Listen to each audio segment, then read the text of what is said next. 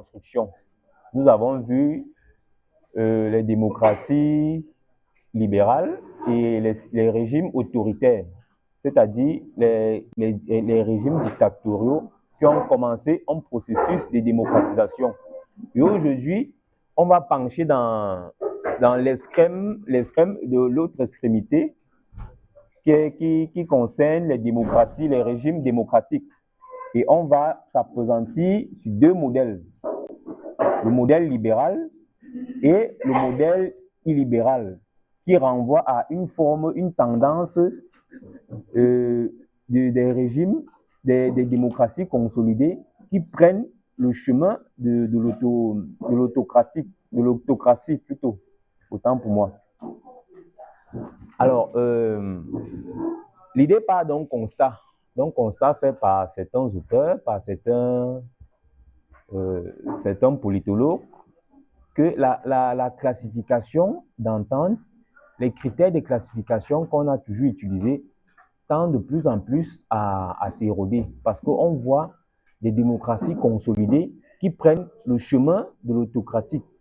Et ce chemin est emprunté non pas par des voies anticonstitutionnelles, comme on le voit souvent en Afrique, où un régime démocratique prend des tendances ou alors prend une autre coloration autoritaire à travers un coup d'État ou bien une révolution. Mais là, on voit comment les dirigeants utilisent des mécanismes constitutionnels pour renforcer ou alors utilisent des mécanismes constitutionnels pour tendre vers des régimes autoritaires. Ça, c'est un cas vraiment inédit. Et c'est ce qui a donné naissance à une nouvelle catégorie qu'on appelle les démocraties illibérales. Alors, mon exposé va tenir sur disons, 6 points. Tout d'abord, je vais vous présenter en introduction le paradoxe moderne, c'est-à-dire comment on voit les élections, la répétition des élections, mais par ailleurs, à contrario, on voit un effritement des libertés individuelles. Pourtant, on a des élections tout le temps, mais on voit quand même les libertés individuelles continuer à s'amoindrir dans des pays, et pas dans des régimes africains bien autoritaires, mais dans les démocraties occidentales consolidées, les démocraties libérales. Donc l'idée part de ce constat, et à travers les travaux de Fareed Zakaria, qui est le pionnier de cette catégorie, on va voir ce modèle-là à partir de ses travaux. Et ce constat pose une problématique simple. L'état de droit peut-il résister aux majorités de fait? Parce que je vous ai dit que ces régimes-là n'utilisent pas les moyens anticonstitutionnels, tels que les coups d'État, les changements non constitutionnels, mais utilisent des mécanismes constitutionnels, tels que l'élection, pour renforcer leur pouvoir. Et ce renforcement tend à amenuiser les libertés individuelles, qui sont un pilier des démocraties libérales. Alors, le deuxième point, qui porte sur les fondements du libéralisme. Vous connaissez les démocraties libérales. Là, je vais encore revenir sur les fondements de ces démocraties-là, notamment l'héritage des pères fondateurs, tels que John Locke, Montesquieu, qui a théorisé l'équilibre entre les pouvoirs, qui est un fondement des démocraties libérales. Ensuite, dans la troisième partie, je vais vous montrer les mécanismes de libéralisme, c'est-à-dire comment ces nouveaux types de régimes utilisent des dispositions constitutionnelles, des dispositions légales pour consolider la dérive vers l'autoritarisme.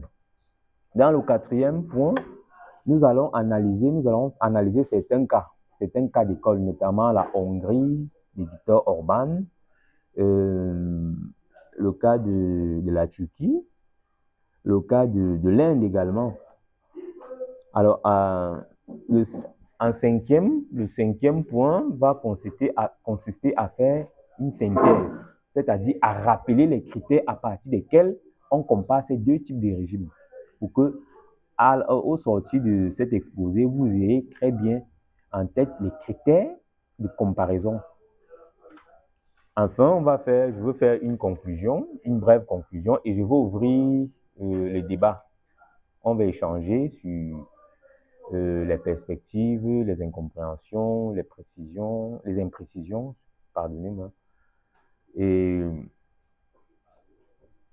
donc, ce sera en fait, voici les piliers qui vont meubler notre présentation aujourd'hui. Alors, le cadre, l'introduction et la problématique. Comme je vous ai dit par ailleurs, on vote de plus en plus, mais les libertés reculent. Pourquoi on vote de plus en plus, mais les libertés reculent? Parce qu'on constate qu'il y a une nouvelle tendance qui n'est portée par des régimes populistes, mais un populisme non pas de gauche, mais un populisme de droite, c'est-à-dire des dirigeants qui s'approprient la majorité élective pour imposer leur pensée, pour imposer leur vision du monde, leur vision de la politique nationale et internationale. Cela part d'une citation de Fareed Zakaria qui dit « La démocratie sans libéralisme constitutionnel produit des régimes centralisés et des conflits civils. La démocratie sans libéralisme constitutionnel produit des régimes centralisés et des conflits civils. » C'est-à-dire quoi?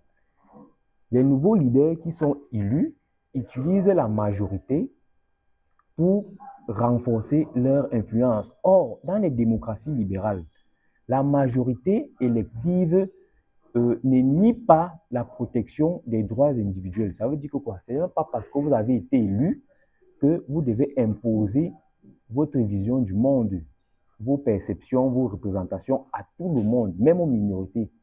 La démocratie libérale repose en général sur deux piliers, c'est-à-dire la démocratie, c'est-à-dire le processus électoral. Ça veut dire que quoi? On choisit le dirigeant à travers un processus électoral. Le deuxième pilier, c'est l'état de droit. Ça veut dire que même si vous avez été élu à 90%, vous êtes assujetti à la Constitution. Vous êtes assujetti au droit. Vous voyez un peu? Ça veut dire que vous devez respecter le droit. Et le droit dit que la Constitution dit qu'il y a un équilibre entre les puissances. Il y a un équilibre entre les pouvoirs. Ce n'est pas le fait d'avoir une majorité qui vous donne la primeur ou alors une prépondérance sur les piliers de la démocratie. Ce qu'on n'observe pas évidemment avec ces nouveaux types de régimes, les régimes libéraux. Alors, nous avons donc, à partir de ce constat, nous avons posé une problématique simple qui va gouverner notre échange et qui va gouverner nos travaux. La problématique, c'est la suivante. Le modèle de l'État de droit peut-il survivre à la volonté des puissances majoritaires populaires? Le modèle de l'État de droit peut-il survivre à la volonté de puissance de la majorité populaire? Bon, pour ce faire, nous allons d'abord revenir sur certains piliers que vous connaissez déjà, mais nous allons revenir dessus, les piliers des démocraties libérales. Alors, on parle d'abord de la pensée de John Locke. La problématique, c'est le modèle de l'État de droit peut-il survivre à la volonté des puissances, à la volonté de puissante majorité populaire. Le modèle de l'État de droit peut-il survivre à la volonté de puissante majorité populaire? Alors, comme je l'ai dit, les démocraties libérales sont basées sur un certain nombre de principes, de théories, d'éléments qui ont été élaborés par certains pères fondateurs tels que John Locke, qui pense que le gouvernement protège le droit naturel. C'est-à-dire que quoi? Le gouvernement est là pour protéger d'abord les libertés individuelles et collectives. Ça veut dire que quoi? Ce n'est pas parce que tu es élu que tu dois imposer ta volonté. Tu ne dois pas te servir de la majorité élective ou alors électorale pour imposer ta volonté. Au contraire, tu dois te servir de la majorité pour protéger les libertés. Ça veut dire que quoi? Même ceux qui ne t'ont pas voté, tu dois respecter leur liberté et tu dois te soumettre au droit, à l'état de droit. Maintenant, le deuxième auteur, c'est Montesquieu. Le pouvoir arrête le pouvoir, la séparation des pouvoirs. Montesquieu pense que le pouvoir, un pouvoir vertueux, un pouvoir qui est censé apporter la paix et la prospérité, c'est un pouvoir qui est contrôlé par d'autres pouvoirs, c'est-à-dire un équilibre entre les différents types de pouvoirs. Le pouvoir exécutif, le pouvoir législatif, le pouvoir judiciaire, et même avec le contexte moderne, on a le pouvoir médiatique, les médias, qui sont un élément, un nouveau type de contre-pouvoir, qui est chargé de contrôler, d'établir une sorte d'équilibre entre les pouvoirs pour qu'un pouvoir n'abuse pas sur l'autre. John Locke, on a également les travaux des auteurs comme Robert Dahl, qui parle de la polyarchie, c'est-à-dire la multiplication des pouvoirs dans une société.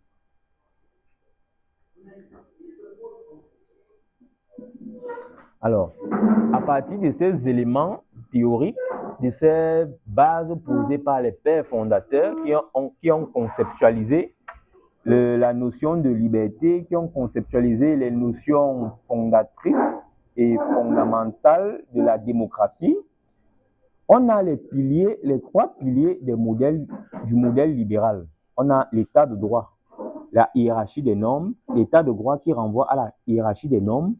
Nul n'est au-dessus de la loi. Ça veut dire que même si tu es élu, tu dois te soumettre au droit. Ça veut dire que l'État lui-même accepte de se soumettre au droit. L'État lui-même accepte de se soumettre au droit. C'est pour ça qu'il y a le droit qui régit les interventions de l'État. Le droit qui régit les interventions de l'État et le droit qui régit les interactions entre l'État et les citoyens. C'est pour ça que vous allez voir, notamment dans les pays francophones, le droit administratif, c'est le droit de l'État. C'est le droit qui régit les rapports entre l'État et les individus. Ça veut dire que quoi? L'État peut se soumettre au droit. Si l'État pose un acte que l'individu pense répréhensible, l'individu peut engager des poursuites, une action judiciaire contre l'État. Vous voyez un peu, l'État se soumet au droit. Que dit l'État? Dit ses représentants, dit ses agents, dit ses mandants, ceux qui sont chargés d'implémenter l'État, ceux qui représentent l'État, qui personnifient l'État. Alors, le deuxième pilier des démocraties libérales, c'est la séparation des pouvoirs, qui renvoie à l'indépendance de la justice et du Parlement. Le Parlement ne doit pas être assujetti à l'exécutif. Et la justice ne doit pas être un levier de l'exécutif pour atteindre ses buts politiques dans un État, dans une démocratie libérale. La justice est indépendante. Ça veut dire que quoi? Un procureur qui constate des malversations financières, il n'attend pas que le président instruise des poursuites. Il s'auto-saisit. Il s'auto-saisit quand il constate un fait. Dans les démocraties libérales, il s'auto-saisit. On constate peut-être un fait de détournement ou alors un responsable d'administration qui est indélicat avec la fortune publique, mais le procureur s'auto-saisit. Ce qu'on ne voit pas dans les démocraties en construction. On attend toujours que le président instruise. On attend toujours que le président instruise ou alors donne des instructions pour lancer des poursuites. Ou on voit même l'exécutif créer des sortes de, je sais pas moi, comment on peut appeler ça, des tribunaux ad hoc. Il y a une affaire, peut-être l'affaire Martinez-Zogo. On a vu comment on a créé un tribunal, bon, pas un tribunal, on a créé une commission mixte. On a une commission mixte, gendarmerie, police. Mais pourquoi encore créer une commission mixte? On connaît, il y a déjà les procédures. Dans les démocraties libérales, il y a déjà des procédures. On ne crée plus de commission mixte. On sait qu'il y a eu un crime, il y a eu un acte répréhensif qui engage l'État, mais il y a des procédures formelles. Dans les démocraties libérales, c'est automatique, ça s'enchaîne automatiquement. Oui. Le procureur peut s'auto-saisir en toutes les matières, Bon, maintenant, le principe, je parle du principe. Dans l'état de droit, c'est dire que le principe voudrait que la justice soit indépendante. Ça veut dire que quoi, la justice est chargée d'appliquer le droit. Ça veut dire que quoi, ceux qui ne respectent pas la norme sont sous le coup de la justice. Le principe voudrait donc que la justice se saisisse de ces questions-là et n'attende plus que l'exécutif lui donne des instructions. C'est le principe. Hein. Maintenant, dans l'effectuation, dans la pratique, ça dépend maintenant des différents régimes. Mais ce qu'on constate dans les démocraties libérales et consolidées, on voit quand même une indépendance des juges.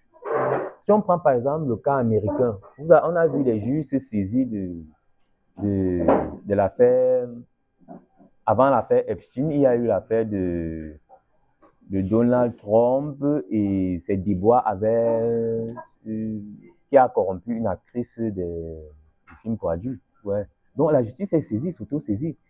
Ça a même failli coûter l'investiture du président Trump, vous un peu, dans les démocraties libérales. Mais maintenant, on constate également que dans d'autres démocraties en construction plus jeunes, ce n'est pas toujours le cas. Ce n'est pas toujours le cas. Il ne faut pas qu'on se mente. On fait la science, c'est-à-dire qu'on observe les phénomènes et on essaie de le comprendre. Dans les démocraties en construction, ce n'est pas toujours le cas. On voit quand même une mainmise de l'exécutif dans les processus judiciaires, dans les procédures judiciaires. Alors, ce qui m'amène au troisième pilier des démocraties libérales, c'est-à-dire la liberté individuelle, la presse libre, liberté de presse, protection des minorités, droit de manifester. Dans les démocraties libérales, on voit quand même une presse libre, plus ou moins libre, parce que même les presses sont manipulées. Une presse plus ou moins libre, on voit des mobilisations collectives qui ne sont pas réprimées. En France, par exemple, on a le phénomène des gilets jaunes. On a vu l'ampleur que ça a pris. On a le phénomène des grèves des agriculteurs. La semaine passée encore, les agriculteurs sont montés sur Paris avec des chars. Ils ont déversé des foins, des excréments et tout. Bref, c'est un mécanisme de participation politique, un mécanisme d'expression de la liberté qui est consolidé par la démocratie et qui rentre dans l'un des piliers, c'est-à-dire dans les piliers fondamentaux des démocraties libérales. Les libertés d'expression, qui peut prendre des mobilisations collectives, qui peut prendre la forme de liberté de presse. On journalise, les journalistes sont libres, ils écrivent ce qu'ils veulent et tout. Donc, ce sont les piliers des démocraties libérales. Cependant, après avoir présenté cette démocratie libérale-là, les socles conceptuels, les socles théoriques et les éléments granitiques, c'est-à-dire les cadres, les piliers de ces démocraties-là, on voit de plus en plus se développer d'autres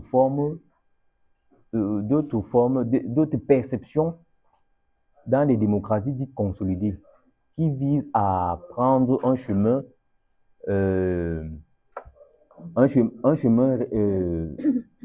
qui limite les libertés individuelles, tout en se soumettant aux procédures électorales. Je vous ai dit qu'il ne faut pas perdre de vue dans les démocraties libérales, il y a deux éléments qu'il ne faut pas perdre de vue. Il y a l'élection, le processus électoral, et il y a les libertés. C'est les deux éléments qu'il faut toujours avoir en tête. Quand on parle de démocratie libérale, il y a l'élection, c'est-à-dire on élit les dirigeants acquièrent leur légitimité à travers l'élection, et il y a la protection des libertés.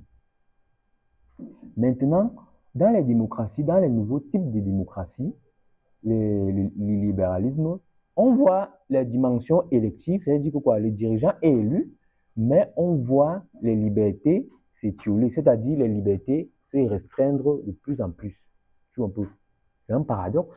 Alors, certains auteurs se sont saisis de ce phénomène-là et ont analysé ce phénomène-là. Ils l'ont conceptualisé comme démocratie illibérale. C'est-à-dire que quoi? Une démocratie qui nie les libertés fondamentales des individus.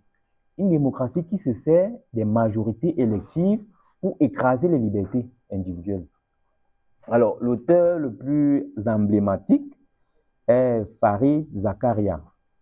Fareed Zakaria qui a conceptualisé ces libertés. Et il dit précisément que les démocraties illégitimes, ce sont des démocraties qui procèdent, qui utilisent les processus constitutionnels pour limiter les libertés individuelles. Donc, on observe une forme de glissement de la démocratie vers l'autoritarisme. Vous voyez un peu. Or, hier, vous avez parlé, quand on évoquait les démocraties autoritaires, quand on parlait des démocraties autoritaires, oui, on parlait de l'autoritarisme vers la démocratie à travers le processus de démocratisation. Vous voyez un peu, on parle des dictatures vers les démocraties consolidées. Maintenant, ici, on parle des démocraties consolidées vers des régimes autoritaires, pour ne pas dire dictatoriaux. Vous voyez un peu, on fait le sens inverse. Bon, il parle de ce phénomène-là. Alors, il parle des fondements l'auteur Zakaria, il parle des fondements de l'illibéralisme. Il se pose la question pourquoi l'illibéralisme séduit-il? Alors, il séduit pourquoi? Parce que il parle d'abord de la critique d'une certaine élite. Il parle d'abord de la critique d'une certaine élite. On a constaté une certaine déconnexion entre l'élu et le peuple. Ça veut dire que quoi? Vous me posiez une question hier sur le... Oui. Ça pose également la question de la déconnexion entre l'élu et le peuple. On élit des gens, mais on constate qu'ils ne font pas toujours la volonté du peuple. Il se crée une sorte de... ce que Roberto Michel appelait la loi des reins de l'oligarchie. Ça veut dire que quoi? Toute organisation finit toujours par concentrer le pouvoir et défendre non plus les intérêts de la base qu'il est élu, mais ses propres intérêts. Il y a dans les sociétés, on constate de la déconnexion entre l'élu et le peuple. Et ces régimes-là servent là-dessus. Quand vous voyez par exemple Donald Trump, ils disent que Make America Great Again. Ça veut dire que quoi? L'Amérique est en train de régresser. Pourquoi? Parce que les élus sont corrompus, parce qu'il y a une bureaucratie incompétente et très coûteuse, qui coûte beaucoup d'argent. Je ne dis pas que c'est ça, hein. Je ne peux que relater sa pensée. Et Donald Trump, qu'on peut classer plus ou moins comme un chantre des démocraties illibérales. Donc, il dit qu'il y a une déconnexion entre l'élu et le peuple. Il y a une bureaucratie lourde, inefficace et très corrompue. C'est pour cela que vous allez voir ces mesures, il va suspendre l'aide au développement. Il dit que l'aide au développement, c'est une distraction de fonds. Si vous voyez les informations, vous allez voir l'USAID. L'USAID, c'est le budget de l'USAID. L'USAID qui est l'agence américaine d'aide au développement. Ces budgets ont été drastiquement réduits. Quand on voit par exemple la Banque africaine de développement, les États-Unis qui étaient le premier contributeur à la Banque africaine de développement, la contribution des États-Unis à la Banque africaine de développement a diminué de plus de la moitié. Vous voyez, ils ont cette conception de la déconnexion entre l'élu et le peuple. L'élu ne fait plus la volonté du peuple. C'est pour ça que lui, il veut couper avec ces élus-là. Et aussi, ils sont aussi très opposés contre la mondialisation. Je vous ai dit que ce sont des régimes populistes, mais de populisme de droite. C'est-à-dire, ils sont attachés aux valeurs conservatrices, ils sont attachés au protectionnisme, ils pensent d'abord au développement interne. Donc, ils sont pas très investis vers les relations internationales classiques, la perception multilatérale des relations internationales. Ils pensent d'abord à leur pays. C'est pour cela que ça séduit. C'est les fondements de ces régimes-là. Quand vous voyez Viktor Orban, c'est des leaders de droite. Donald Trump, ce sont des leaders de droite. Et Recep Tayyip Erdogan de Turquie, c'est un leader de droite. Vous voyez le Premier ministre, non, le Premier ministre indien, son nom m'échappe. Voilà, Modi. Modi. Il est d'extrême droite. D'extrême droite. Donc, ils partaient de ce constat-là. Ils savent que le peuple se sent lésé par les élus. Alors, ils se disent que nous, on va redonner au peuple, on va créer un nouveau lien avec le peuple. On va couper avec ces élus ces élus qui ne font plus la volonté du peuple. Alors, il y a un deuxième pilier de cette démocratie, il y a la souveraineté. Rendre le pouvoir au peuple. Contre le juge, rendre le pouvoir au peuple. Comme ça, c'est un peu lié à ce que je disais tout à l'heure. Le peuple qui n'est plus bien représenté, qui est représenté par des élus corrompus, il faut rendre le pouvoir au peuple et s'occuper d'abord du peuple et non des questions internationales. Quand vous voyez la politique de Donald Trump, le courant MAGA, Make America Green Again, c'est d'abord l'Amérique. Vous voyez Erdogan, c'est d'abord son pays, avec des valeurs conservatrices. Ils sont contre les valeurs de gauche, l'homosexualité, ils sont chrétiens, dont les valeurs fondamentales de ces pays-là. Quand vous voyez par exemple le Premier ministre de droite, le Premier ministre Modi, il est contre les religions importées. Il est pour l'hindouisme. Il est pour l'hindouisme. Donc, c'est à peu près le même courant, le courant de droite, d'extrême droite, qui veut couper avec les élus qui ont été mal élus et qui ne font plus la volonté du peuple profond, du deep state, l'état profond. Bon, il y a un troisième pilier, les identités, la protection des identités. Comme je l'ai dit avec l'homosexualité, il faut protéger les identités traditionnelles des peuples, les identités traditionnelles des pays. Ce sont là les trois fondements des régimes illibéraux. La critique des élites, la souveraineté et l'identité.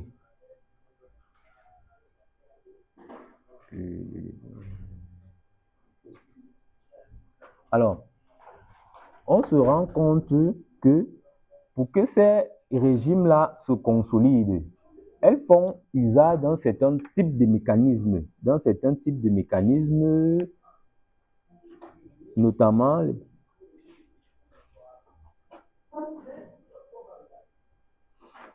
pour que ces régimes-là se consolident, elles mobilisent un certain type de mécanismes. On peut citer notamment la colonisation de l'administration. Vous allez voir, ce sont des régimes en général qui vont développer une pression en contrôle exacerbé sur l'administration. Vous allez voir Donald Trump, quand il arrive, il limoge d'abord tout le monde. Il nomme il arrive avec sa propre équipe. C'est vrai aussi que, pour nuancer ce propos, aux États-Unis, ils ont un système qu'on appelle le polling system. Ça veut dire que quoi? Le nouveau président qui est élu, il amène son administration. Mais sauf que Donald Trump va un peu plus loin. Il va un peu plus loin. Vous allez voir, il veut contrôler toutes les administrations. Il veut contrôler absolument toutes les administrations. Si vous voyez par exemple les débats, il y a un débat qui fait cours aujourd'hui entre le pouvoir américain, l'exécutif américain et la Fed, c'est-à-dire la Banque centrale américaine.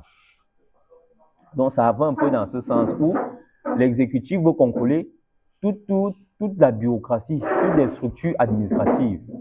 Or, aux États-Unis, la Banque centrale est traditionnellement opposée, pas opposée, indépendante de l'exécutif. Parce qu'ils se disent que le pouvoir exécutif ne doit pas utiliser la Banque centrale pour mener des politiques qui lui seront bénéfiques sur le plan politique et non qui bénéficieront à l'intérêt général. Donc, ça veut dire qu'il y a une séparation entre l'exécutif et la Banque fédérale. Or, quand vous voyez Donald Trump, il met la pression sur la Banque fédérale. Il dit par exemple, le directeur de la Banque fédérale, Powell, d'augmenter Je sais pas comment ça. Il veut baisser le taux d'intérêt. Oui, voilà, de baisser les taux d'intérêt. Son objectif, c'est de concurrencer la Chine. Parce qu'une monnaie forte ne favorise pas toujours l'exportation. Voilà. Donc, c'est pour ça qu'il veut baisser le taux d'intérêt. Voilà. Donc, c'est un peu ça. C'est un peu cette dynamique de contrôler l'administration, d'avoir la main mise sur toute l'administration, à travers des nominations, à travers des limogeages. Je ne sais pas combien de personnes Donald Trump a limogé depuis qu'il est là, mais pas mal quand même. Pas mal. Oui, allez-y. Donc, si je comprends bien, vous êtes en train de citer le mandat de Donald Trump comme étant passé de régime démocratique libéral à un régime démocratique illibéral. Oui, c'est une tendance, il tend vers. À la fin, vous allez bien comprendre. À la fin, je veux nuancer le propos parce que les États-Unis, c'est même pas quand même la Hongrie, c'est pas quand même la Turquie, c'est une vieille démocratie. Donc,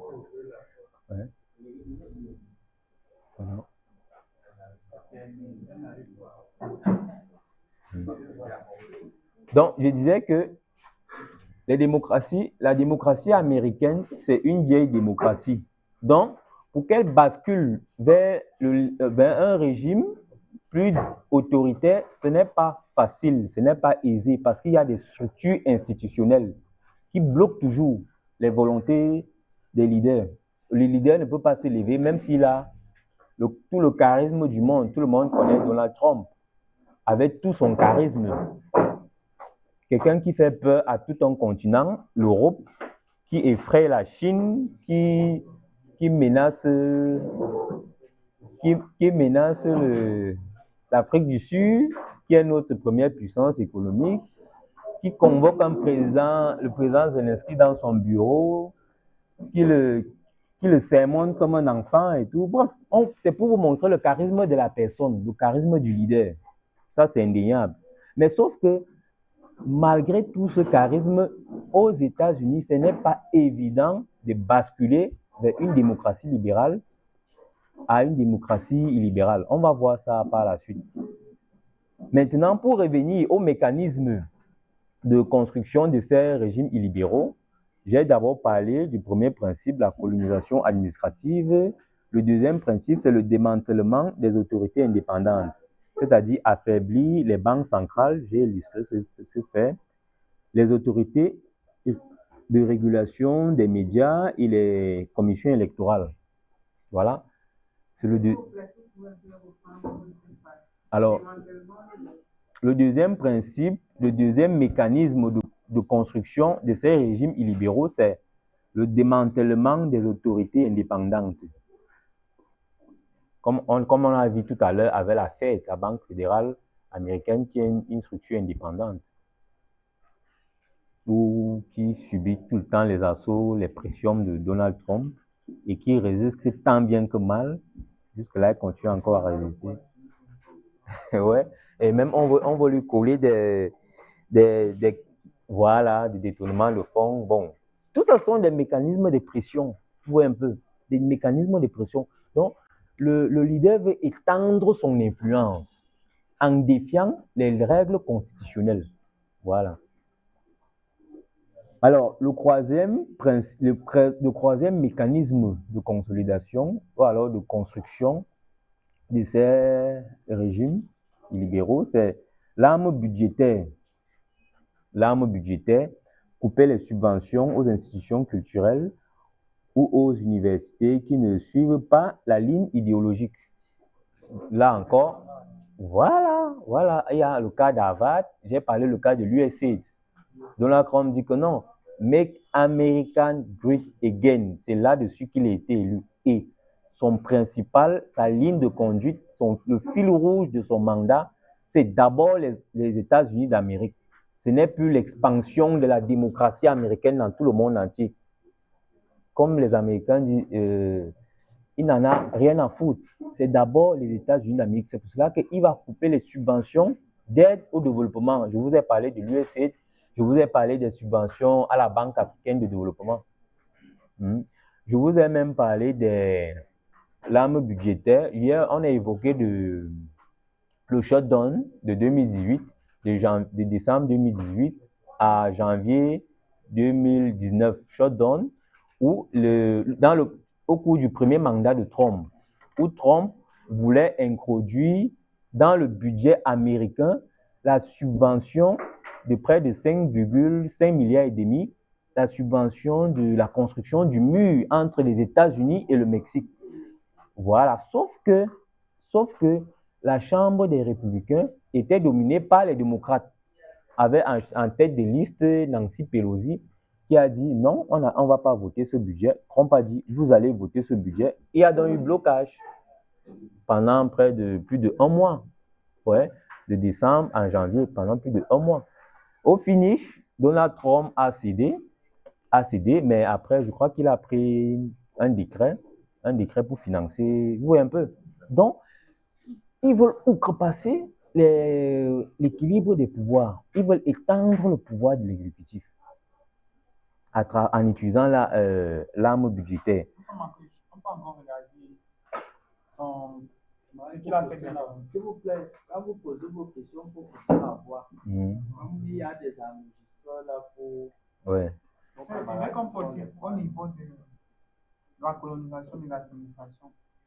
Donc, on peut aussi ajouter le fait qu'il n'est pas respecté la Constitution. Donc, il a outrepassé les pouvoirs du Congrès pour attaquer le Venezuela. Oui. Voilà. C'est un exemple très intéressant. C'est un exemple très intéressant. Si vous avez vu l'actualité ce matin, il y a le secrétaire d'État américain, qui peut me rappeler son nom? Marco Rubio, qui est qui est auditionné par le Sénat. Je crois que ça s'est passé hier. Sur quoi? Sur l'opération américaine au Venezuela. Pourquoi? Le Sénat dit que pour une telle opération, l'exécutif doit d'abord soumettre cette opération au Sénat, donc au Congrès, ce qui ne s'est pas fait. Un peu. On est toujours dans la logique d'étendre les pouvoirs de l'exécutif, d'outrepasser les pouvoirs du Congrès, du Parlement. C'est un exemple très intéressant. Alors, il y a un quatrième principe. Mais, monsieur, oui. Est-ce que cela n'est pas aussi quand même une prérogative du chef de l'État américain? Parce que le contrôle de constitutionnalité là-bas est fait a posteriori. Ça veut dire qu'on vote une loi, on peut la mettre en application et regarder, du moins on la promulgue, on la met en application et venir contrôler après si elle respecte la Constitution. Contrairement à certaines démocraties où le contrôle de constitutionnalité est a priori. Bon, sauf que là, sur cette question précise, il s'agit d'une intervention militaire à l'extérieur des frontières des États-Unis d'Amérique. Il s'agit d'une intervention militaire qui survient non pas à la suite d'une menace de la sécurité des États-Unis. Bon, vous ne pouvez pas me dire que le Venezuela menaçait la sécurité des États-Unis. Même comme Donald Trump dit que Maduro, c'est un trafiquant de drogue, c'est lui qui fait acheminer la drogue des États-Unis, et donc, ça justifie son intervention pour endiguer. Mais tout le monde sait que, bon, ce n'est pas très solide comme argument. C'est un peu Maduro comme trafiquant de drogue, bon, ça reste à vérifier. Donc, c'est un peu le cas. Donc, on va toujours chercher des mécanismes pour justifier. C'est pour ça que le Congrès, le Congrès a convoqué le chef de la diplomatie américaine pour en savoir plus, pour un peu. Pourquoi? Parce que le Congrès sent son pouvoir menacé, il sent son pouvoir s'effriter face à la prépondérance ou alors aux velléités hégémoniques du pouvoir exécutif incarné par Donald Trump. Vous un peu. Donc, ce sont les mécanismes utilisés par les démocraties libérales.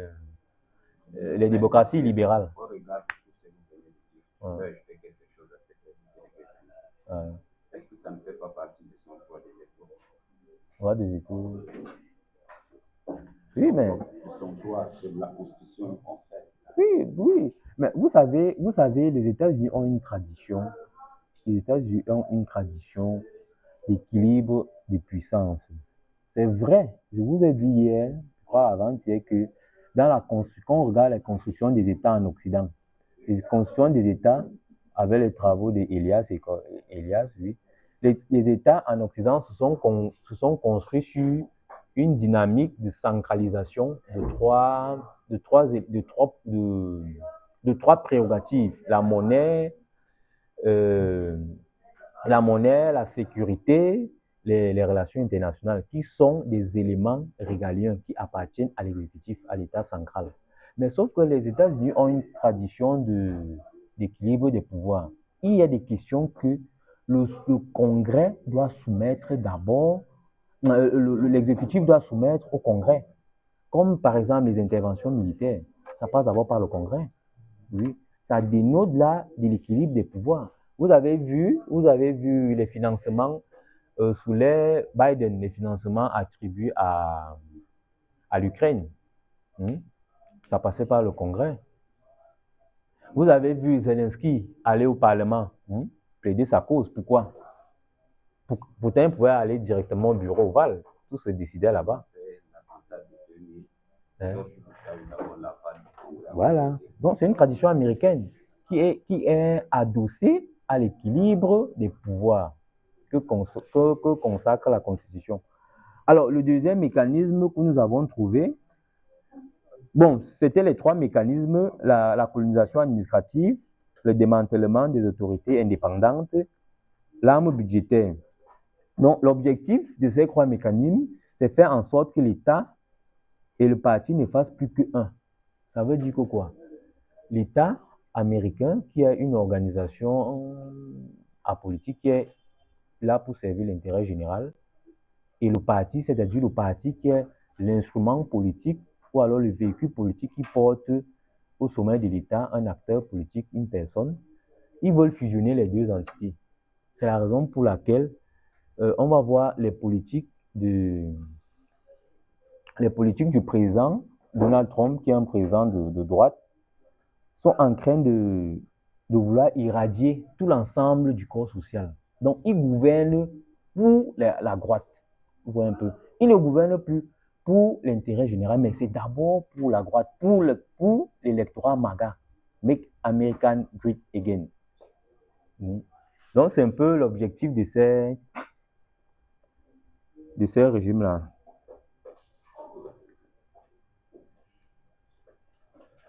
Bon, je vais faire une petite modification. Les trois éléments que je vous ai cités rentrent dans un vaste ensemble. Si vous faites une structuration, vous pouvez mettre peut-être grand A, la capture de l'État, qui sont dans les mécanismes de construction de ces régimes. Vous pouvez mettre grand A, la capture de l'État. Et dans la capture de l'État, on retrouve la colonisation de l'administration, le démantèlement des autorités indépendantes, l'arme budgétaire, qui ont pour objectif de faire en sorte que l'État et le parti fassent plus qu'un. Mais maintenant, le deuxième mécanisme, si vous voulez, vous pouvez mettre des rangs B, le contrôle des médias.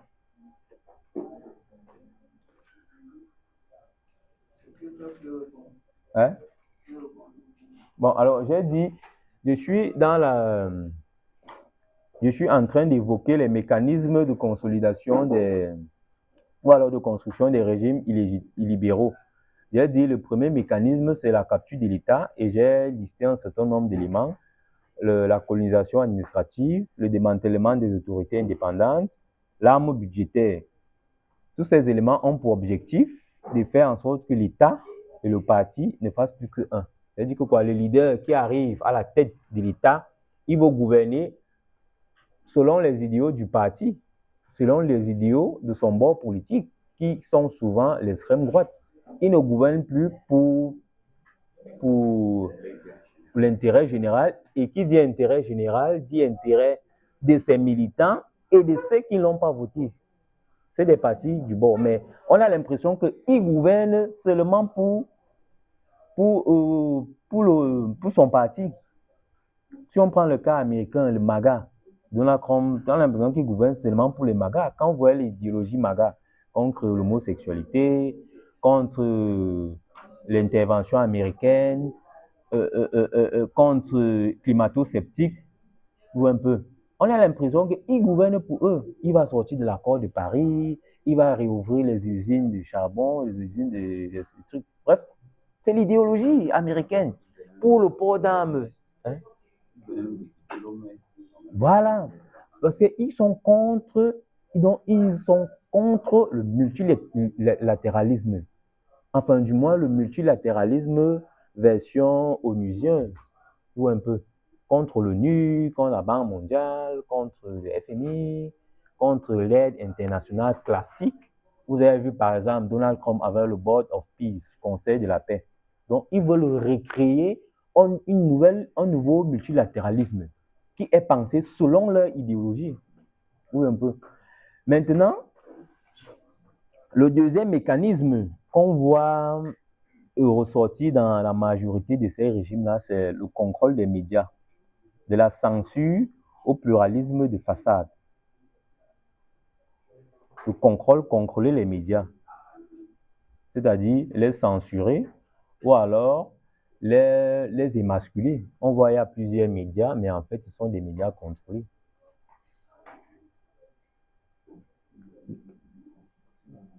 Alors, concrètement, aux dictatures classiques, la démocratie illibérale n'interdit pas forcément les critiques. Elle les rend inaudibles. Alors, comment rendre inaudibles les critiques? Mais c'est de contrôler les médias. Contrôler les médias à travers, maintenant, ce sont les éléments qu'on a pu trouver, à travers l'asphyxie économique. L'asphyxie économique, les médias d'opposition sont ciblés par des redressements fiscaux ou privés de publicité publique. Donc, on asphyxie économiquement les médias. Premier élément. Deuxième élément, le rachat par des cronies capitales. On a vu, par exemple, en Hongrie, où des oligarques rachetaient les médias, des oligarques proches du pouvoir, proches du le président hongrois, Viktor Orban, rachetaient les médias. Vous pouvez chercher ça à travers le modèle de Kesma en Hongrie. Vous tapez Kesma en Hongrie, vous allez trouver les éléments. Et aussi, le troisième élément, il y a aussi la saturation de l'espace. Utiliser les médias d'État pour diffuser une propagande massive qui décrédibilise toute voix dissidente. Traiter toute voix dissidente, donc on crée l'opposition d'agents de l'étranger. Un peu. On utilise les médias pour affaiblir davantage l'opposition en la stigmatisant. L'opposition devient un ennemi, ça devient un complice de l'étranger. Donc, pour faire un résumé du deuxième mécanisme qui porte sur le contrôle des médias, c'est-à-dire la censure au pluralisme, de la censure au pluralisme de façade, on a l'asphyxie économique, le rachat par des cronies capitales, par des oligarques proches du régime qui rachètent des médias, et la saturation de l'espace politique, de l'espace médiatique. Maintenant, le troisième mécanisme qu'on observe se développer entre ces démocraties illibérales, c'est la réécriture des règles électorales. On réécrit les règles électorales. Bon, en sciences politiques, on a un concept qu'on appelle le gerrymandering. Gerrymandering, oui. C'est-à-dire le découpage arbitraire des circonscriptions électorales. C'est-à-dire que quand on voit qu'une circonscription ne nous est pas favorable, on va lui accorder un nombre d'élus très limité. Par contre, les circonscriptions qui nous sont favorables, on va agrandir le nombre d'élus. C'est un contrôle arbitraire du découpage politique des circonscriptions politiques. On a donc comme premier élément de ce troisième mécanisme le redécoupage des circonscriptions. Modifier les cartes électorales pour favoriser les zones rurales. Parce qu'on sait que les zones rurales, en majorité, sont des zones conservatrices où on vote plus à droite que dans les zones urbaines, au détriment des villes. Le deuxième élément, c'est le changement de mode de scrutin. Modifier les règles juste avant les élections pour favoriser les partis en tête. Et aussi l'inégalité des moyens. utiliser les ressources de l'État pour financer la campagne du parti au pouvoir, créant une compétition injuste. Donc, une élection libre mais équitable. Donc, ce troisième mécanisme qui porte sur la réécriture des règles électorales, on a 3 éléments, le redécoupage des circonscriptions, le changement des modes de scrutin, inégalité des moyens. Maintenant, on a un quatrième mécanisme, c'est-à-dire la justice sous tutelle. Ça veut dire que quoi? L'illibéralisme ne supprime pas les juges, il les transforme en alliés.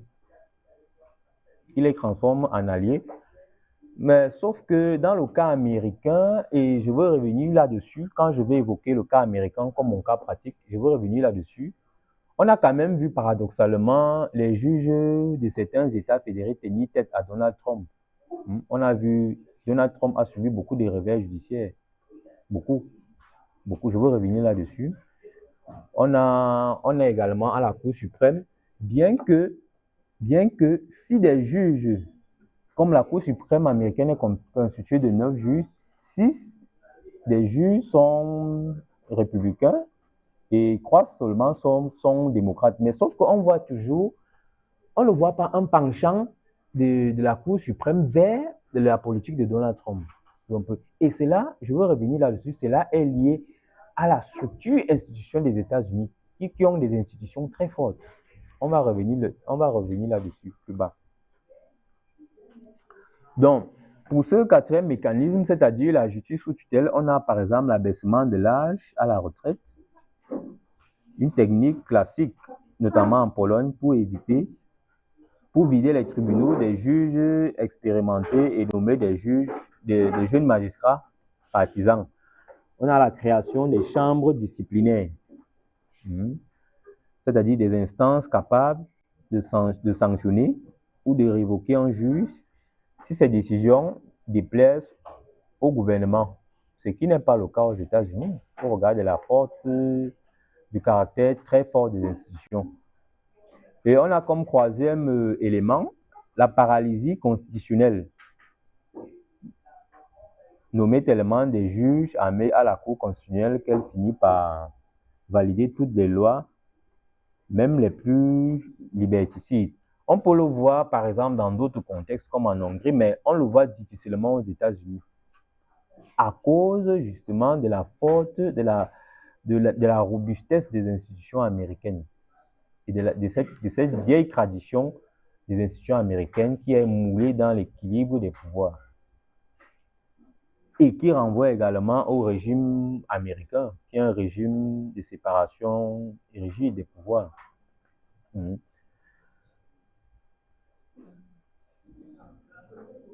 Bref, pour dire tous ces éléments, tous ces mécanismes à partir desquels les régimes illibéraux se construisent ne sont pas un hasard. Donc, c'est pour dire que l'illibéralisme n'est pas un accident, mais une stratégie méthodique qui utilise les outils de la démocratie pour la vider de sa substance. Donc, l'illibéralisme, c'est on construit, mais on construit qui n'utilise pas des mécanismes intrinsèquement autoritaires, comme on voit avec les coups d'État dans certains régimes. On n'utilise pas le coup d'État pour réduire les libertés, mais on utilise les mécanismes constitutionnels, c'est-à-dire les mécanismes démocratiques pour limiter justement, pour amoindrir ou alors pour éroder un principe de la démocratie, pour voir à quel point c'est un peu subtil, pour voir à quel point cette dynamique est très subtile. On utilise la démocratie pour l'amoindrir en fait. C'est une sorte de démocratie qui se mange entre elles, qui se combat elle-même. Bon, pour d'abord illustrer ce qu'on a dit, ces éléments qu'on a énoncés, on a le cas hongrois. Le cas hongrois qui est un cas d'école parce que Zakaria fait du cas hongrois un cas d'école. Avec Viktor Orban qui proclame la démocratie chrétienne illibérale. à travers notamment la capture des médias, le KESMA, que vous allez chercher, la réforme de la Cour constitutionnelle, expulsion, la réforme de la Cour constitutionnelle et l'expulsion d'université.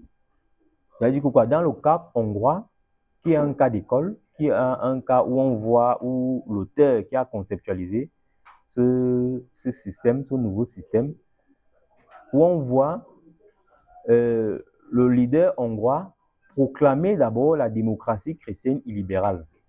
Il se proclame comme un chantre de la démocratie chrétienne et libérale. Et les méthodes qu'il utilise, c'est les méthodes qu'on a évoquées plus haut, c'est-à-dire la capture des médias, on contrôle les médias, la réforme de la Cour constitutionnelle, on veut contrôler le pouvoir judiciaire qui est incarné par la Cour constitutionnelle pour étendre le pouvoir de l'exécutif. Et enfin, on a le contrôle de certaines universités, où en Occident, les universités peuvent aussi être perçues comme une sorte de contre-pouvoir parce que ce sont des cercles de réflexion qui sont toujours indépendants.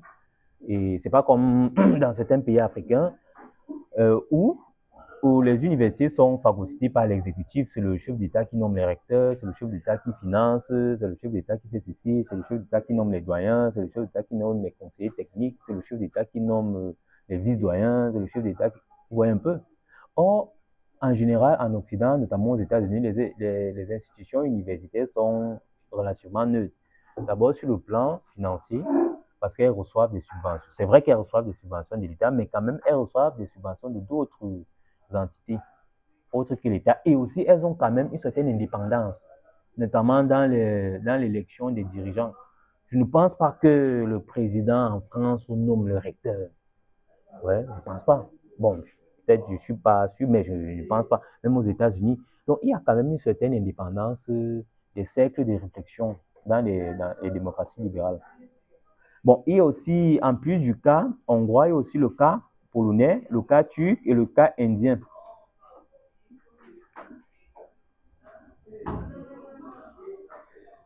Par exemple, pour citer un exemple concret, en Pologne, on a la mise à la retraite d'office des juges. Donc, on contrôle le pouvoir judiciaire. Et en Turquie, on a l'état d'urgence permanent et l'emprisonnement d'opposants et de journalistes. Oui, un peu. On veut contrôler le processus, le champ politique. Bien qu'on soit dans une démocratie dite libérale, mais on contrôle quand même, on veut contrôler le champ politique. C'est le cas notamment en Turquie avec l'emprisonnement des opposants. On a le dernier cas, c'est le maire de... Voilà, le nom, c'est Iman İmamoğlu. Si c'est Iram İmamoğlu, à qui on attribue des poursuites judiciaires, il est accusé de corruption. Curieusement, à la veille d'une élection. Curieusement, bon. On a aussi en Inde avec l'Hindouva, l'hégémonie religieuse. En Inde, je vous ai parlé du premier ministre Modi, avec qui prône un retour aux religions traditionnelles. Cela se manifeste à travers des lois discriminatoires sur la citoyenneté. Alors, au regard de tous ces éléments, il est nécessaire maintenant d'opérer une synthèse, c'est-à-dire une synthèse pour qu'au sortir d'ici, vous ayez quand même à l'idée de ce dont on parle. On parle de la comparaison entre les régimes, les démocraties libérales et les démocraties illibérales. On se penche davantage plus vers la transformation des démocraties libérales qui prennent des tendances autoritaires. Donc, il s'agit ici de montrer comment les démocraties meurent-elles, la mort des démocraties. la mort des démocraties. Dans ce contexte-là, dans ce type de démocratie, les démocraties ne meurent plus par des coups d'État, mais par les urnes. Ou un peu, c'est paradoxal. Les démocraties ne meurent plus par les coups d'État, comme dans certains pays. On voit une démocratie qui est en train de se construire. Après, pam, il y a un coup d'État. Dès qu'il y a un coup d'État, vous connaissez la suite. Quand un militaire prend le pouvoir, est-ce que c'est pour le remettre aux civils? C'est rare, très rare. Et vous avez déjà vu un militaire qui perd les élections. Ce sont les faits. C'est rare qu'un militaire perde les élections. Ils ont toujours un agenda bien établi. On prend le pouvoir, la pauvreté. Ce qui n'est pas faux. Pour légitimer un pouvoir, la légitimation des pouvoirs dans ces contextes-là est très aisée. Même comme souvent, ça peut être des mesures fallacieuses. La pauvreté, la mauvaise gouvernance et tout. Maintenant, ils vous disent qu'on va faire un calendrier et un calendrier de transition. Mais sauf que nous tous, on sait que le calendrier sera prolongé. Prolongé. Après, on arrive à une situation où on dit que non, le contexte est sécuritaire, on ne peut plus faire les élections. On peut faire les élections. Il faut d'abord stabiliser le pays. Mais sauf que dans stabiliser le pays, ça peut même prendre 20 ans. C'est dans certains contextes. Donc, c'est pour vous dire ici que dans ces nouveaux types de retour je parle de retour parce que je vous ai dit que la démocratie, c'est un processus. Toutes les démocraties consolidées maintenant, elles ont connu une trajectoire, c'est-à-dire elles sont parties des régimes autoritaires vers des démocraties. Un peu. C'est pour ça que je parle de retour à l'autoritarisme. Sauf que le retour à l'autoritarisme ne se fait plus par des moyens non constitutionnels. Il passe par des urnes, c'est-à-dire par des moyens constitutionnels.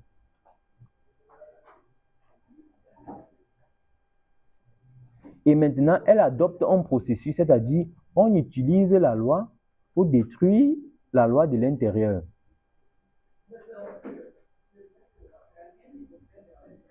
On utilise la loi pour détruire la loi de l'intérieur. Et on stigmatise également l'adversaire.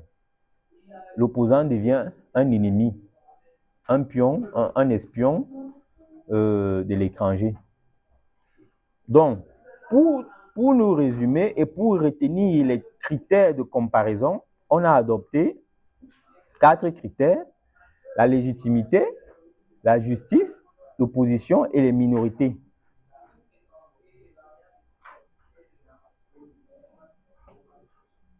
Donc, ce sont les critères à partir desquels on a pu comparer ces deux systèmes et à partir desquels on a pu voir comment les démocraties qui étaient consolidées tendent à prendre une nouvelle voie, un nouveau chemin. Alors, les critères qu'on a utilisés, c'était la légitimité, la justice, l'opposition, les minorités. Dans les régimes libéraux, la légitimité, elle est constitutionnelle. Ça veut dire que c'est la Constitution qui pose les bases de la légitimité, c'est-à-dire à travers le processus électoral. Et le processus électoral encadre le pouvoir du gouvernant qui prend le pouvoir. Par contre, dans les régimes illibéraux, la légitimité ne repose plus seulement sur la Constitution, mais sur la majorité. On se dit que comme on a la majorité, comme le peuple nous élit, comme c'est au peuple qu'appartient la souveraineté, alors on peut tout faire, même défaire la Constitution. Donc, on n'est plus assujetti au droit. Or, dans les autres régimes, on reste assujetti au droit. Il y a toujours des principes constitutionnels qui encadrent l'exercice du pouvoir. Et le deuxième critère, c'est la justice. Et dans les régimes libéraux, la justice est indépendante. Or, dans les régimes illibéraux, on observe une sorte d'instrumentalisation du pouvoir judiciaire. le troisième critère, c'est l'opposition. Dans les régimes libéraux, l'opposition est encouragée, l'opposition est normale. Le consensus, vous avez vu, on a parlé du consensus hier. Ce sont des régimes à consensus. Ce sont des régimes où on prône le consensus, on prône le dialogue, on prône la conflictualité, mais pas conflictualité armée, conflictualité des idées. Or, dans les régimes libéraux, la conflictualité n'est plus à l'ordre du jour. Pourquoi? Parce que toutes les voix dissidentes sont considérées comme des ennemis de la nation. Alors, il faut les embrigader, il faut les réduire, il faut les limiter, il faut limiter leur influence. Ensuite, on a les minorités, qui est un trait caractéristique de cette comparaison. Pourquoi? Parce que quand on prend le pouvoir dans les régimes libéraux, bien qu'on ait été élu par un parti qui porte ses idéologies, mais on gouverne pour tout l'ensemble du pays. On gouverne pour tout le monde, on protège, ça veut dire qu'on protège les minorités. Par contre, dans les régimes illibéraux, donc, on ne protège plus les minorités, on gouverne pour son parti. On gouverne pour les magas, on gouverne pour les conservateurs. On gouverne pour l'extrême droite. Ça se voit à travers des méthodes, à travers des programmes qui sont mis en place.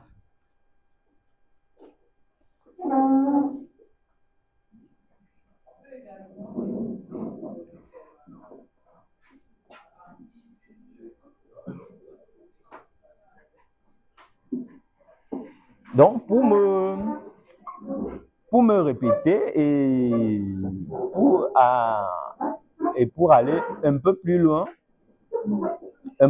dans ces critères, nous avons parlé du premier critère, la légitimité. C'est-à-dire le modèle libéral, la souveraineté dans le modèle libéral, la souveraineté appartient au peuple, mais elle est limitée. La majorité ne peut pas tout faire. Elle doit respecter les droits fondamentaux de la Constitution. La majorité ne peut pas tout faire. Elle respecte les droits de la Constitution. Or, dans les régimes, dans le modèle illibéral, la souveraineté est absolue.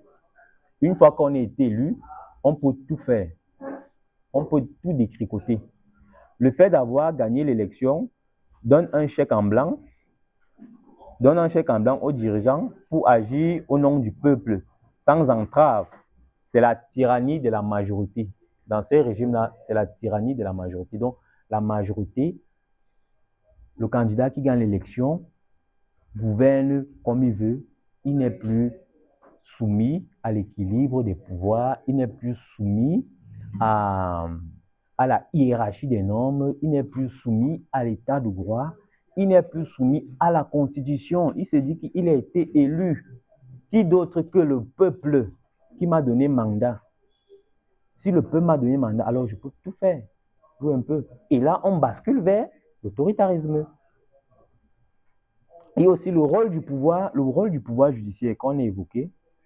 Dans le modèle libéral, le juge est un arbitre indépendant. Il peut annuler une loi votée par le Parlement si elle viole la Constitution. Or, dans le modèle illibéral, le juge est un instrument de gouvernement. On utilise la justice comme instrument politique pour faire passer sa politique. Les juges sont perçus comme des obstacles à la volonté du peuple. Vous avez vu les conflits entre Donald Trump et les juges. Ils ne s'entendent pas très bien avec les juges. On cherche à les nommer politiquement ou à limiter leur pouvoir d'examen. Le statut de l'opposition, le modèle libéral, l'opposition est une alternative légitime. Je vous ai dit qu'on encourage la conflictualité, pas armée, mais la conflictualité des idées, la conflictualité des groupes politiques. Elle est protégée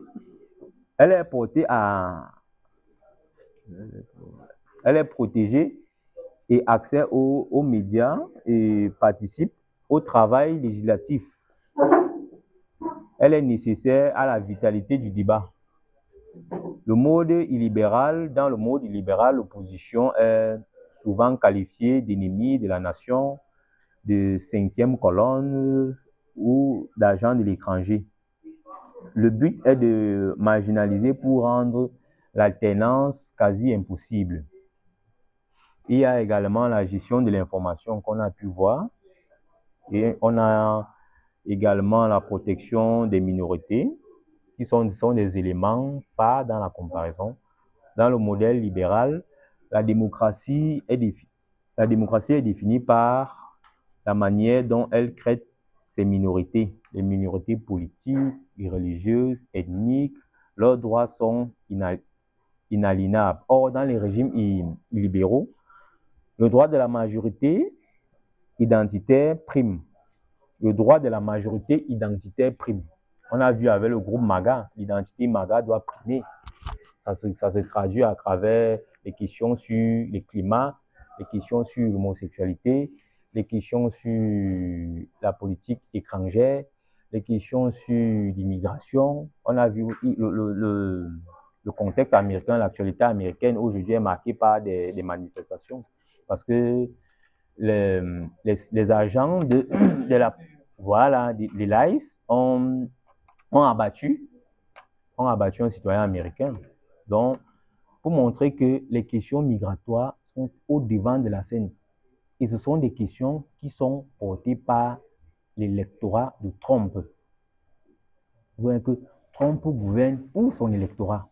Dans les régimes libéraux, on gouverne pour son électorat. On gouverne pour ses idées et non pour les idées de tout le monde, dont les minorités ne comptent plus. Alors, bon, parvenir au thème de cette présentation. Bon, on n'est pas tout à fait au thème parce que je vous ai dit que je vais vous présenter le cas Trump et je vais nuancer le cas des États-Unis et je vais nuancer ce cas-là pour montrer que bien que on observe en Hongrie une tendance qui tend de plus en plus à se consolider, une tendance vers l'autoritarisme qui tend de plus à se consolider, aux États-Unis, ce n'est pas tout à fait le cas. Bien qu'il y ait des velléités, mais on voit toujours une forte, la force de l'administration. Et je m'en vais de ce pas vous présenter mon cas pratique qui porte sur le cas des États-Unis. Donc, je l'ai intitulé « L'épreuve des faits, : le cas des États-Unis, entre parenthèses, résistance ».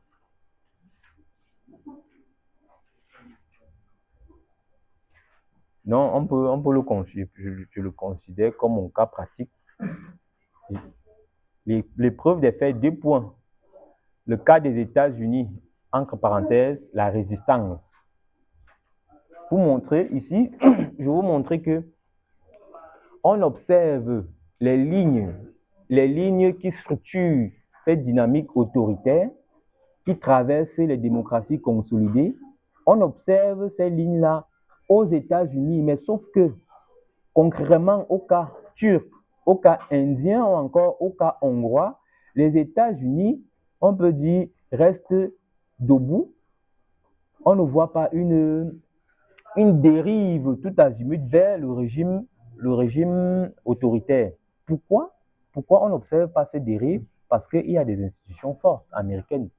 Il y a ce qu'ils appellent aux États-Unis le check and balance, le système de check and balance, l'équilibre entre les puissances, l'équilibre entre les pouvoirs, la séparation. Et nous avons bien fait d'abord de parler des différents types de régimes, notamment en comparant les régimes parlementaires et les régimes présidentiels. Dans les régimes présidentiels, il y a un équilibre entre les pouvoirs, une séparation rigide.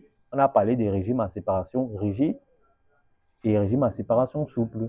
Et maintenant, c'est ce qui se revoit encore ici, où on voit un exécutif qui veut étendre son pouvoir face à une expansion des pouvoirs du pouvoir de l'exécutif. on voit quand même des résistances.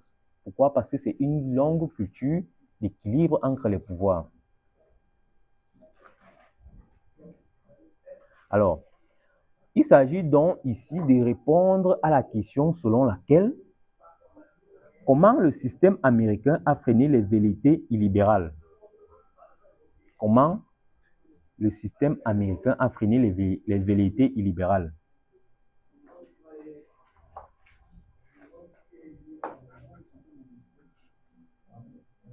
Comment le système américain a freiné les velléités illibérales.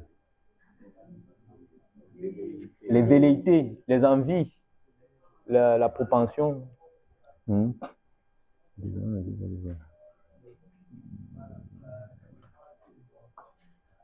En fait, ici, on va montrer que le président aux États-Unis ne peut pas tout faire.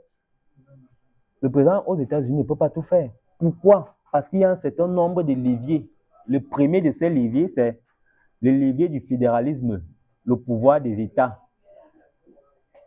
Vous savez que les États-Unis, c'est une fédération, c'est un régime fédéral. Et les États, voilà, les États fédérés ont des pouvoirs sur l'État fédéral. Et c'est ça qui limite encore la propension du régime américain vers la, on peut dire, la dérive autoritaire. On a par exemple certains exemples tels que villes et États sanctuaires. Les villes et États qui sont considérés comme des sanctuaires, c'est-à-dire des sanctuaires où l'exécutif fédéral ne peut pas franchir. On a par exemple un cas en Californie où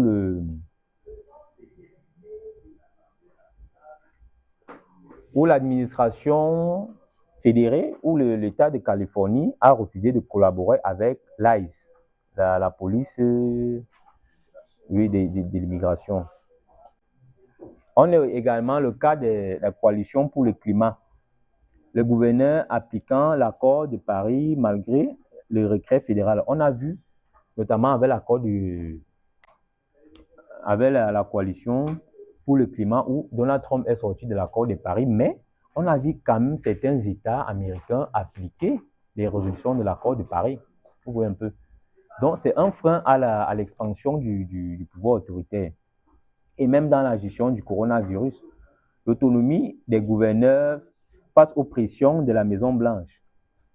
Vous voyez un peu.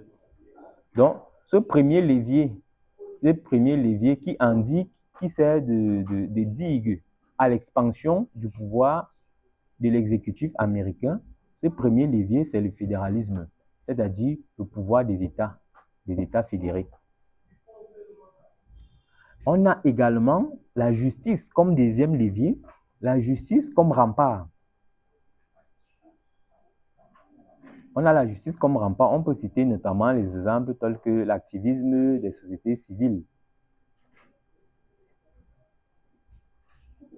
L'activisme des sociétés civiles, on a vu une loi.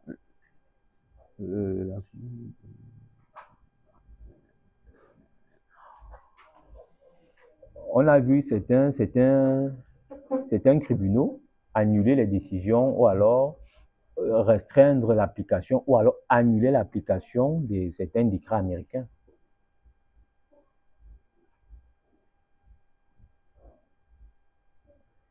On peut aussi citer comme exemple l'impartialité de la Cour suprême, le rejet des plaintes pour fraude électorale en 2020.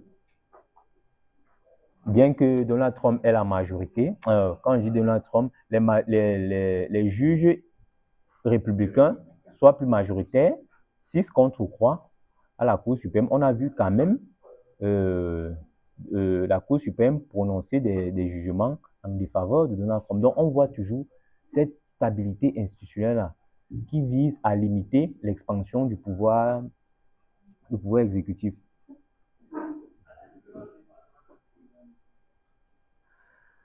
Maintenant, l'autre élément, l'autre levier qui permet au pouvoir exécutif de résister,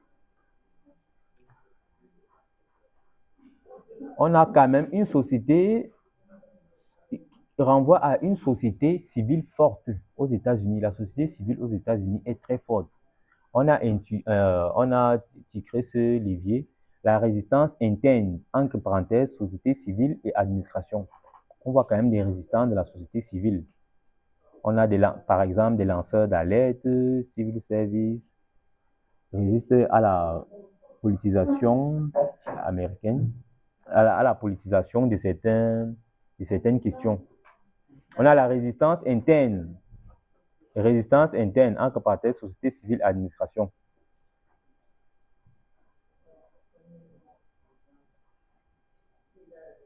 Donc, on voit une société civile américaine qui est très forte, qui est très structurée, qui se mobilise. On a par exemple le cas des mobilisations actuelles sur l'assassinat d'un citoyen américain par la police de l'immigration. On a vu les levées des boucliers et cela a conduit à certains ajustements. On a limogé, je crois, un responsable de ICE et on a nommé un nouveau responsable. Un peu. C'est pour vous montrer que la société civile américaine est très forte, contrairement à d'autres pays. La société civile américaine est très forte et constitue un levier de blocage de l'expansion du pouvoir américain. Alors, pour conclure définitivement cet exposé,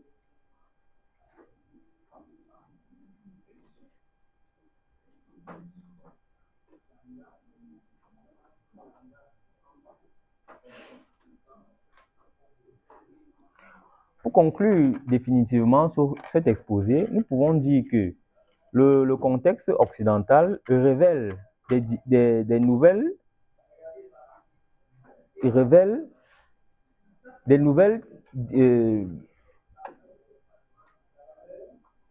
variantes qu'on observe, révèle de nouvelles variantes démocratiques. Ces nouvelles variantes sont liées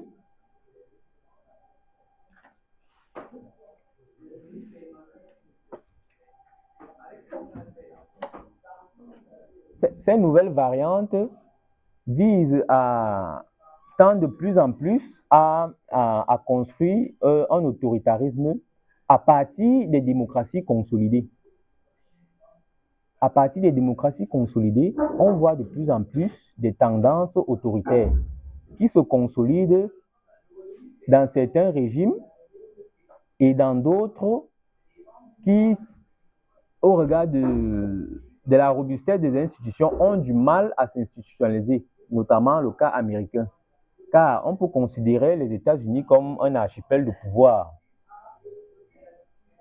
Pour qu'un leader libéral gagne vraiment, il doit aligner la Cour suprême, le Congrès, les gouverneurs.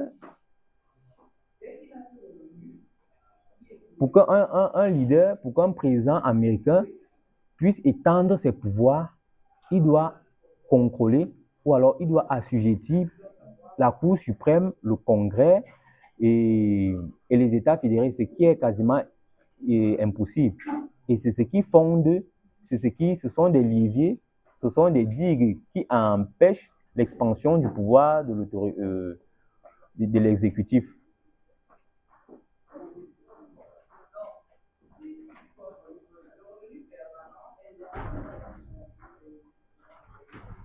Donc, c'était la quintessence je viens de vous livrer la quintessence de mon exposé sur la comparaison entre le régime libéral, les démocraties libérales et les nouveaux types de démocraties qui tendent à voir le jour, c'est-à-dire les démocraties illibérales, où, en fonction des contextes, en fonction des trajectoires historiques, on voit cette implémentation différer. Ce qu'on voit en Hongrie, on ne le voit pas tout à fait aux États-Unis. Donc, je vous remercie pour votre aimable attention et je vais ouvrir une séance de discussion, d'échange, de discussion, de questions, de participation. Merci une fois de plus pour votre aimable attention. OK.